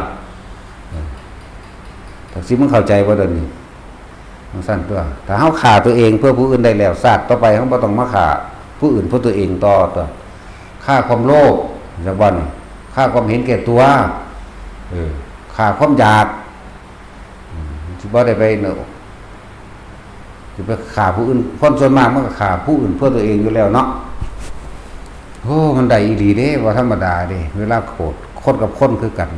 เสี้ยวเดียวนึงเด้ฆ่ากันเลยเนาะอารมณ์บูบเดียวนึงเด้นั่นแหละฉะนั้นช่วงนี้เฮามีโอกาสอยู่แล้วเฮาก็ใส่สติในการระลึกนึกถึงเปรียบเทียบนั่นนี่ในการระลึกไปแล้วอันใดควรบ่ได้บ่ควรก็เบิ่งของเองเจ้ากันเลยฆ่าตัวเองคือฆ่าความเห็นแก่ตัวไม่เบียดเบียนไม่ทำร้ายให้ผู้ใดผู้หนึ่งเสียอยู่ในทรัพย์สินตลอดทั้งมนุษย์และอมนุษย์นี่คือฆ่าตัวเองเพื่อผู้อื่นจะว่าน่ะเฮาก็บ่เป็นอันตรายต่อผู้อื่นนั่นตัวเห็นบ่ล่ะแล้วก็ตลอดอนันตกาลพร้อมเราจะได้ไม่ได้กลับมาทำร้ายผู้อื่นอีกเพราะเราได้ฆ่าความเห็นแก่ตัวของตัวเองหมดแล้วจะว่าล่ะและนี่แหละก็หมายมันใครสิเข้าใจก็สร้างบ่เข้าใจก็ตามเด้บ่มีผลหยังกับเฮาเด้ ยิงก็ยังนี่เนาะตัดสินแล้วแต่เด้อเหมือนกู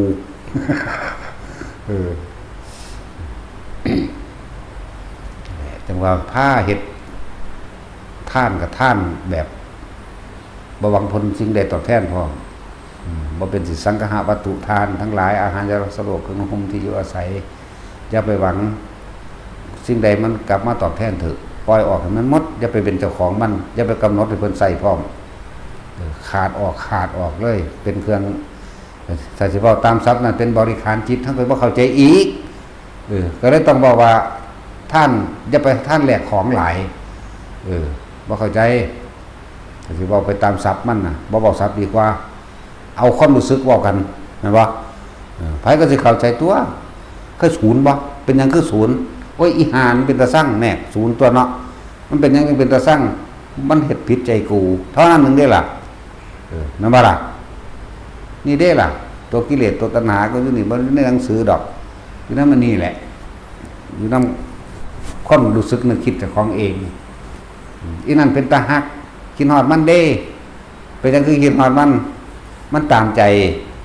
ได้ผลกำไรน้ำมันได้ประโยชน์น้ำมันเฮ็ดดีมันเว้าอ่อนน้อมถ่อมตนถึงใจเจ้าของบ่นั่นแหละเป็นกิเลสทั้งสองอย่างเด้อพอใจกับบ่พอใจจังว่าเฮาสังเกตความคิดเจ้าของให้ดีอย่าให้มันแล่นไปให้อยู่ในตัวเองลมหายใจก็เป็นตัวเองลมหายใจนั่นแหละคือการในกายนึงเวทนาในเวทนาก็คือความรู้สึกอันเกิดจากปิติที่เฮาอบรมที่เฮาอยู่กับลมหายใจได้แล้วปิติมันก็เกิดเองสั้นเมื่อใดก็บอกตั้งเก่าล่ะบัดสรุปก็มาสรุปอันเก่านี่นึงเด้มันบ่มีหยังเกินนี่ดอกนะเพียงแต่ว่าเขาเจ้าบ่เว้าละเอียดซื่อๆภาวนาเอาเด้อเฮ็ดเอาเด้อจะประมาทเด้อพุทโธเด้อเห็นบ่เฮาถึงเอาบอกความรู้สึก เป็นแบบนี้อาการนี่ความรู้สึกนี่ซื่อว่าจังสี่แล้วว่าทุกคนไปทุกๆคนมันสามารถพ้นได้โดยตนเองบ่ได้บ่มีผู้ใดเห็นผู้ใดพ้นเด้แม่ว่าล่ะเฮาฮู้อยู่นี่ก็บ่มีผู้ใดเอาความรู้สึกนี่ไปได้เด้ล่ะเนาะเอาบ่ได้พวกเจ้าเจ็บปวดขอยก็ไปรับของพวกเจ้าบ่ได้เด้นั่นแหละแก้พฤติกรรมพฤติจิตของเจ้าของเองโดยการรักษาความคิดว่ามันไปคิดถึงผู้อื่นให้มันคิดถึงตัวเองคือลมหายใจให้มันคิดถึงลมหายใจมันได้ความรู้สึกที่มันอยู่ในตัวเองมันที่ไปใส่มันก็ละอันตัวละว่าเป็นการคิดเด้มันจะว่าล่ะคิดว่าเจ้าของเข้าใจดีแล้วคิดว่าเจ้าของรู้มันบ่แม่นเด้นั่นเขาว่านั่นเป็นความเข้าใจเป็นความเข้าใจหรือสรุปลงได้ว่าผู้ใดก็เกิดมาตายเกิดแล้วแก่เจ็บตายเสมอกันดอกนี่ผู้ใดก็คิดได้แล้วมันเข้าใจอยู่เนาะแต่ว่าเครื่องอยู่ในปัจจุบันพวกเจ้านี่นะเนี่ยหลายคนประมาทว่าเจ้าของรู้เนาะผู้ใดเข้าใจว่าเจ้าของรู้เพิ่นน่ะเลวจักว่าล่ะยังเลวอยู่เด้อยู่กับลมหายใจมั่งอยู่กับอุณหภูมิเจ้าของมั่งความรู้สึกในกายมั่งนี่เน้นมาหม่องเก่าคือเก่าสิเว้าเรื่องอื่นๆหลายๆอย่างก็เว้าเพื่อบ่ให้ไปตกอยู่ใต้อำนาจมันซื่อหรือว่าบ่ให้ไปยึดติดถือมั่นกับผู้นั้นเป็นโค้ผู้นั้นเป็นทหารผู้นั้นเป็นตำรวจเป็นมันก็เลี้ยงชีพเฮาแล้วเฮาเป็นชาวนาเฮาก็หาข้าวให้กินเอาคือกันตัวเนาะเพราะยังนายกับแม่ใหญ่จอยแล้วบ่เห็นว่าเราสิเป็นหยังเลยล่ะแล้วก็เฮ็ดสร้างประโยชน์ให้แก่คนได้หลายครับแต่ชิ้นมื้อนี่พอได้ด่าอยู่เด้พอได้ครับเราไปบิณฑบาตอยู่เด้คนบ่มีสมองเนาะแต่มีก็เป็นคือหินนี่แหละหินลูกลังหินแม่ลังอันก้อนนี้คูรูไหมซ่องเบิ่งเข้าไปนั่นโอ้มีอยู่แต่ว่ามันเป็นคูรูอยู่จังซั่นแล้วคนที่มีคุณค่าคำว่าคนดีนี่คือคนที่เสียสละตัวเองเพื่อผู้อื่นได้เด้จึงเป็นคนดีเป็นคนที่มีคุณธรรมตามความจริงพอเขาเห็นเขาเห็นอยู่เสมอนี่ไหมจะไปเงิดเด้อันพวกอันมันบ่ได้มาหาให้เฮากินเด้อันพวกมันบรรดาเฮาอยากว่าล่ะไม่ใช่จอยไม่ใช่มื้อนี้ได้ปลูกต้นไม้ได้พวกเฮาได้กินน้ำนี่เด้เขาบ่ด่าเฮาได้พวกนี้มันว่าล่ะอันพวกด่าเฮาไว้จังสั่นจังซี่ภาษานั่งอยู่ในห้องบ่ออกจากห้องจักเทื่อดอกอันพวกจังซั่นเนาะมาอ่านอันมาฟังเฮาล่ะแวกกับมาน่ะแวกหาแม่มึงบอกมึงก็บอกพ่อกับแม่มึงบุญเนาะซั่นแล้วอยู่อวดเก่งหลายแต่เก่งมันคือบ่เฮ็ดให้ผู้อื่นอยู่ดีมีสุขได้เนาะแต่เก่งโอ้ยเฮ็ดให้เขารวยได้เบิดตัวเฮ็ดให้เขาไปนิพพานได้พร้อมเนาะซั่นแล้วคือว่าม้าเห่าอย่าเห่าตอบเพราะมันสิมีหมาขึ้นอีกตัวนึงคนก็คือกันคนเฮาก็อย่าเฮาตอบเพราะว่าหยังมันบ่ได้มาหาให้เฮากินเห็นว่าตาสิน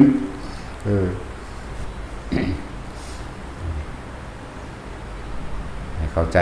คำว่าตนแลเป็นที่พึ่งของตนตามความเป็นจริงเอาธรรมเป็นใหญ่จะไปสอนคนหลายแค่นั้นแหละเป็นหยังมันก็เป็นไปหาเลี้ยงเป็นอาชีพมันซื่อๆเด้อคือคนเสมอนี่นิยมหยังโรงเรียนใหญ่โรงเรียนดังๆนั่นว่าเสียเงินเท่าไรก็เอาไปหาบางคนมันตายในระหว่างเรียนอยู่ก็มีบางคนตายในระหว่างไปรับปริญญาบางคนรับออกมาแล้วเสือกขี้ข้านบ่เห็นหยังซ้ำก็ถือว่าเจ้าของมีความรู้ดูถูกพ่อแม่ต่อไปเลยก็มีเนาะทั้งท่านเด้นี่นะเงินคนที่เขาหาอยู่ให้กินเอาเองได้นี่แหละเนาะนะว่าซั่นหลายๆคนเช่าไร่เช่านานั่นน่ะผู้ใดมีไร่มีนามีที่อยู่อาศัยเป็นของตนอยู่แล้วพวกเจ้าก็หาไปแค่นั้นแหละหาไปแค่หากินแค่ไปตายนั่นแหละเจ้าจะลงไหลไฟฝันอย่างทะเยอทะยานเกินสงสารจิตใจของเจ้าของกลับขึ้นมาเบิ่งตัวเองกลับขึ้นมาเบิ่งความรู้สึกตัวเองเด้อหน้าก็มีอยู่อันนั้นนี่บำรุงเลี้ยงมาพัฒนาบ้านเกิดเมืองนอนเจ้าของเองพาพัฒนาในเลือกสวนและหน้าเจ้าของเองมาพัฒนาวัดว่าอารามลงดอกมุ่งเลี้ยนเจ้าของเองกลับขึ้นมาให้มันเป็นคนกตัญญูแน่ แหละมันก็แค่นั้นแหละยังก็ดีถ้าไผพ่ออยู่พ่อกินแล้วก็กลับบ้านพวกเด็กผัวฝรั่งนู่นจังมาเขาจะระเบิดใส่กันอยู่บ่จักว่าเขาก็ใส่อยู่ซุมื้ออยู่แล้วแม่เนาะอันไหนมันพอแล้วคิดเบิ่งดีๆก็หากินไปตายนั่นแหละแต่ความตายของพวกเจ้ามันแม่นจุดสุดท้ายเด้จิตนั้นบ่ตายชีวะหรือชีวิตยังสืบต่อไปก็อาศัยตัณหาอุปทานได้สืบต่อไปร่างกายบ่รู้เรื่องตายแล้วเผาถิ่นนั่นว่าร่างกายนี่มันเป็นธรรมชาติของมันอันหนึ่งมันมีอายุของมันเองแล้วมันก็ถูกทำลายตัดขาดตายได้เหมือนต้นไม้นั่นแหละมันเขาฟันข้อเขาก็ขาดได้เหมือนต้นไม้เขางัดเงาออกก็ตายคือกันเด้เนี่ยนั่นแหละแต่ว่าการจิกลับขึ้นมาเบิ่งความรู้สึกนึกคิดของเจ้าของเองมันจะคิดได้บุญบาปบ่มีแนวใดก็ดีตอนพวกเจ้าโมโหใส่ตัวก้อนโมโหพวกเจ้าอยู่ใส่เอาก้อนโมโหพวกเจ้าอยู่ใส่สิได้เครื่องบันทึกความโมโหไว้ได้สิได้เครื่องบันทึกความคิดพวกเจ้าสิได้เครื่องบันทึกความรู้สึกพวกเจ้ามันบ่มีเด้นั่นบ่ล่ะนั่นแหละจิตเป็นผู้คิดผู้นึกผู้ปรุงผู้แต่งความรู้สึกในความพอใจและบ่พอใจอารมณ์มันเกิดแบบนั้นเด้นั่นล่ะพบมันเกิดแบบนั้นเฮานอนอยู่เฮือนผู้เดียวเฮานี่เฮาไปคิดถึงคนที่เคยทะเลาะกันคนที่เคยสูญโมโหกันมันสูญกันทันทีเลยนะแม่นว่าล่ะผู้ใดล่ะเป็นผู้บันทึกไว้ตัวเองได้บันทึกไว้เนาะอะไรเงี้ยเทียบคำว่าบุญบาปหรือเทียบคำว่าอารมณ์ความรู้สึกหรือเทียบให้ตัวเห็นตัวเองนั่นแหละเทียบกันเลยเวลาดีใจคิดถึงผู้นั้นผู้นี้มันก็ดีใจมันก็ยิ้มอยู่ผู้เดียวกับเป็นได้เนาะทั้งสั้นแล้วใช้เครื่องบันทึกความคิดมันคือมีบันทึกได้เอาเครื่องบันทึกความจำของคนอยู่ใส่เอาสิได้เครื่องตรวจความคิดคนเอามีบ่สิได้เครื่องวัดความโลภของคนมีบ่แม่นบ่ล่ะโอ้ถ้ามีเครื่องวัดความคิดมึงคนอยู่นี่ แต่มันสิคิดว่าจังได๋เนี่ยแล้วเนาะเอาไปเสียบติด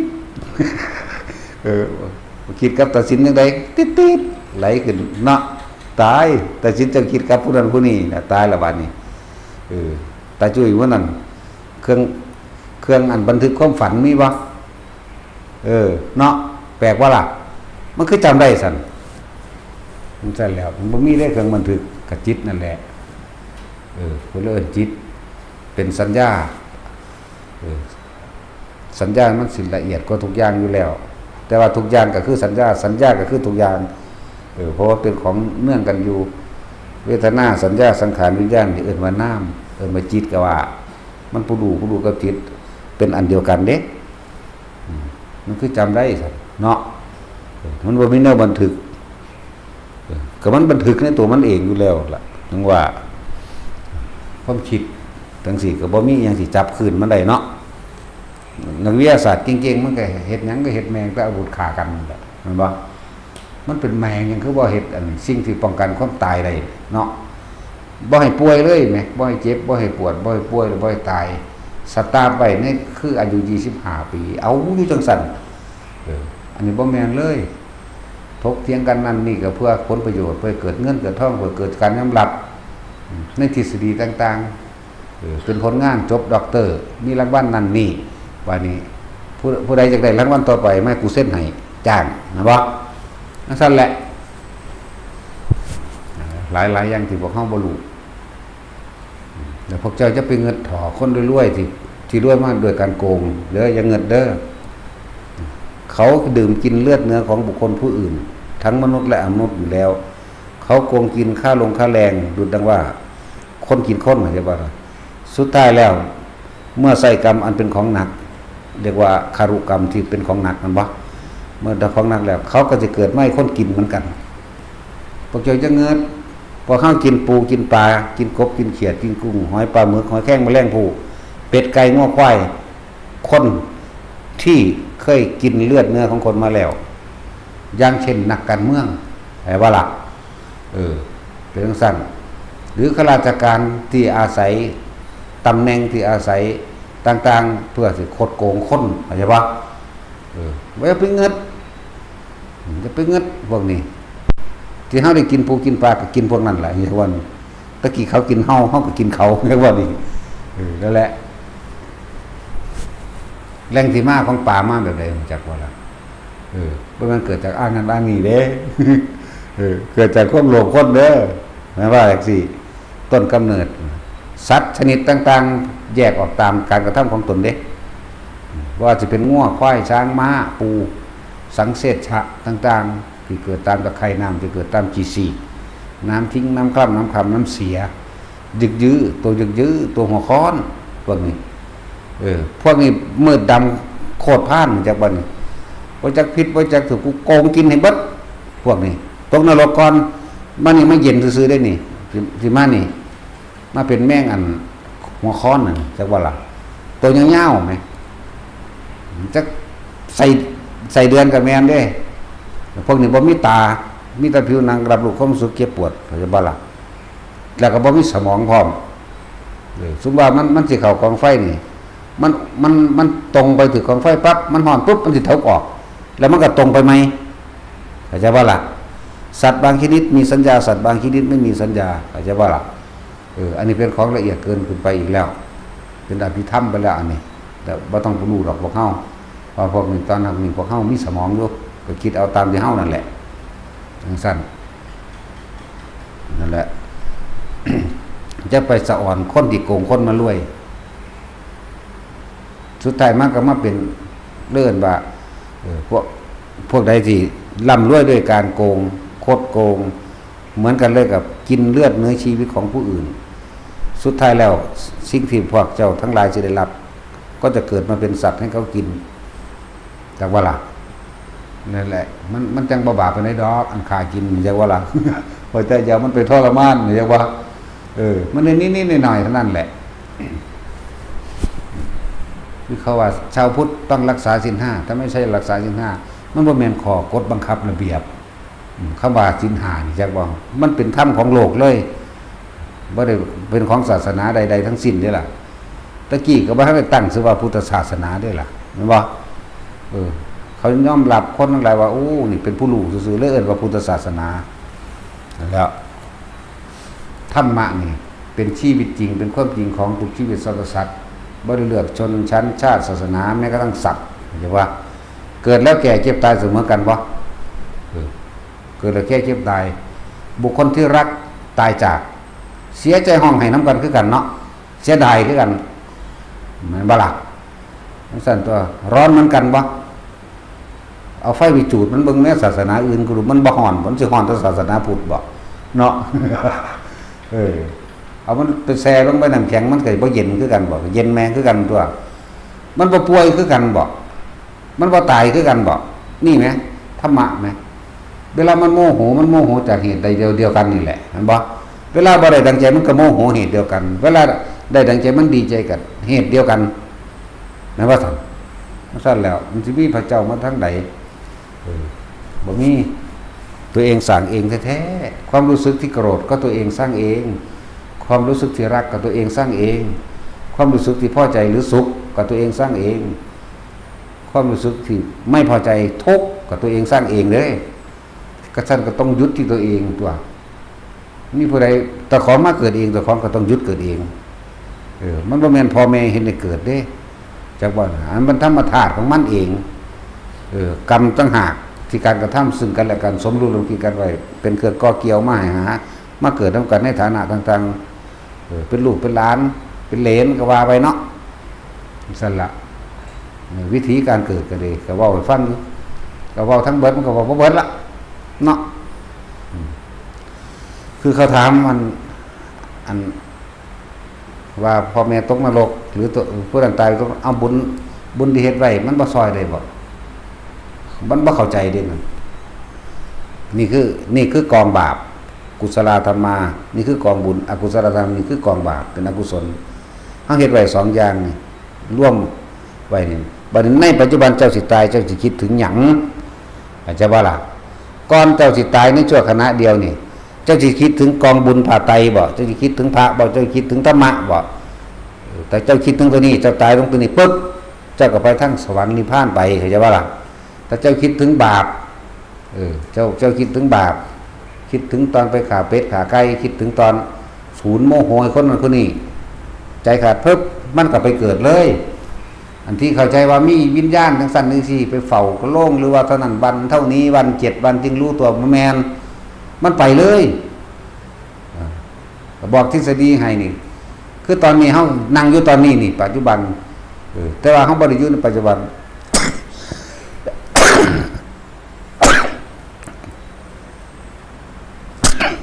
เฮาคิดถึงบ้านตอนนี้มันก็ถึงเลยแม่นบ่ตอนนี้กับใจขาดคิดถึงบ้านเลยก็นั่นแหละเพราะมันไปแบบนั้นนั่นแหละหมายถึงคนที่ตายคิดถึงพระที่เคารพนับถือมันเย็นบ่ซั่นคิดถึงพระเคารพนับถือมันก็วึบมันเป็นกุศลมันก็ขึ้นสวรรค์เลยจากวันคิดถึงองค์ชาติวาบกับพระพรหมโลกเขาจะว่าล่ะสั้นแหละอันกองบุญที่เฮ็ดไว้ที่เคยให้ท่านรักษาศีลนั่นนี่ไว้ที่เคยสวดมันบ่คิดถึงไหมพวกเจ้าคิดถึงอันใดก่อนที่สิเจ้าตายโดยความเคยชินดิมันชินเด้จิตมันชินดิมันบางอย่างมันเป็นขึ้นเอาเองบ่จิตมันชินเคยชินของมันแล้วบาดจิตตายมันมีคิดพอแต่ของใส่เบ็ดอยู่นั่นสั่นแล้วไปเลยเห็นว่ากตินิมิตเกิดปุ๊บไปปุ๊บทันทีเลยมันแปลกประหลาดว่าแล้วพวกร่องตายแล้วขึ้นมาบอกให้ฟังในหน้าไปก็เลยขาตาสินหน้าห้องแล้วถ่าเล่าแล้วขึ้นมาบอกให้ฟังสิขึ้นบ่หลังสั่นเด้จับไปด้วยตาสินเจ้าขึ้นมาได้จัก4 มือเด้อเนี่ยเอาวันนี้เสือกหัดข้อเราดึงขึ้นคือวันเดี๋ยวจึงเอาจัก4 มือเดี๋ยวจึงเอาเราลงมาเนาะเอาว่าตาสินเจ้าอย่างบ่คือเพราะว่าบ่มีสมองหยังบ่บันทึกหยังตายเลยอันนี้สั่นล่ะพอเข้าใจแล้วบ่บานนี่พวกใดนึกถึงท่านใดก้อนใจสิขาดออกจากร่างมันก็ไปสวรรค์พวกใดนึกถึงธรรมหรือบทคำบริกรรมอันใดอันหนึ่งเป็นพุทโธเป็นนามาปะทะมันก็ไปสวรรค์นึกถึงพระสงฆ์ไปสวรรค์นึกถึงพระพุทธเจ้าไปสวรรค์จะว่าล่ะนี่บอกวิธีมันแล้ววันนี้นึกถึงเคยไปลักของเขาไว้ตกใจนึกถึงเคยไปขาดเขาไว้นึกถึงเคยโมโหผู้นั้นผู้นี้มันก็ไปนรกนี่คิดสุดท้ายคำว่าสุดท้ายความคิดสุดท้ายมีผู้ใดจับความคิดได้บ่ก่อนที่สิรับนี่เอาคนฝึกได้มันได้อยู่คนฝึกได้มันได้อยู่คำว่าฝึกได้นี่มันหูต่อทั้งความคิดแล้วมันบ่ให้ความคิดออกนี้ไปจากความรู้สึกในกายดอกเข้าใจว่าล่ะ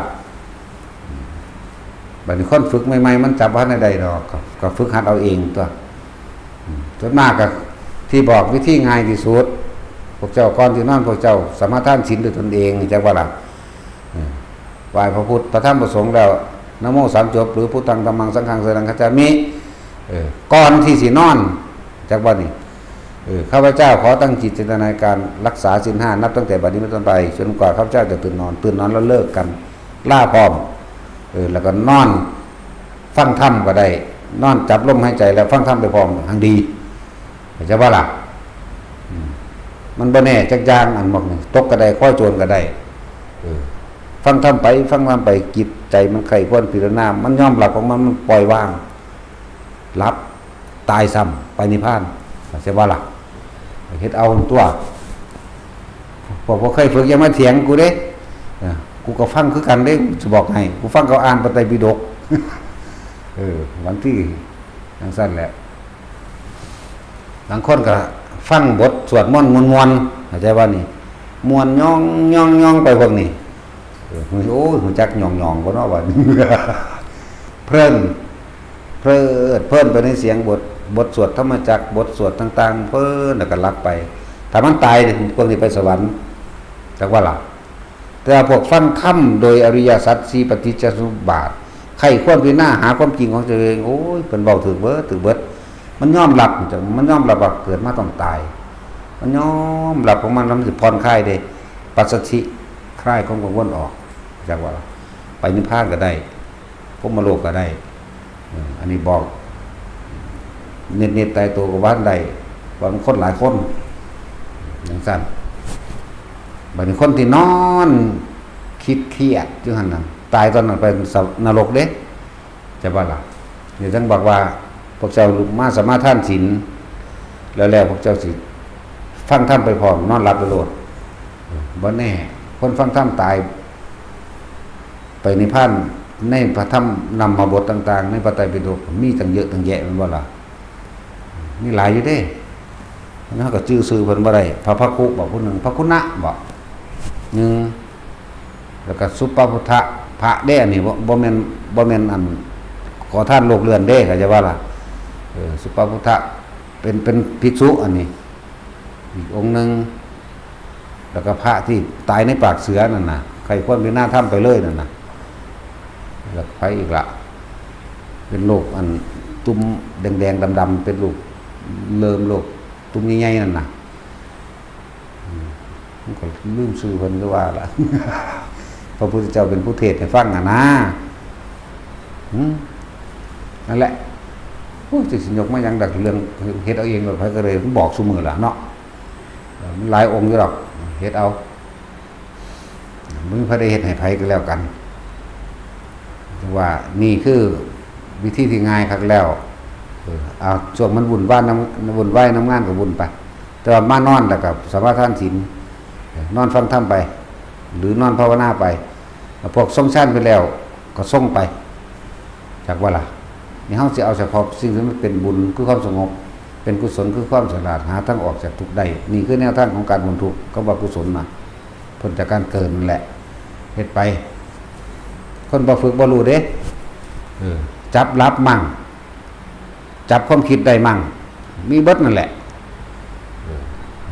คือเฮาเฮ็ดมาเบิดแล้วล่ะแนวมื้อนี้รับพุทธหรือรับโทเฮาก็เฮ็ดมาแล้วรับลมเข้าหรือรับลมออกก็รู้แล้วเอาประมาณเลยบ่ได้สนใจหยังแล้วก็มีแต่รู้สึกซื่อหรือรู้ซื่อๆไปเลยล่ะพันนั่นแหละเอาสมาทาน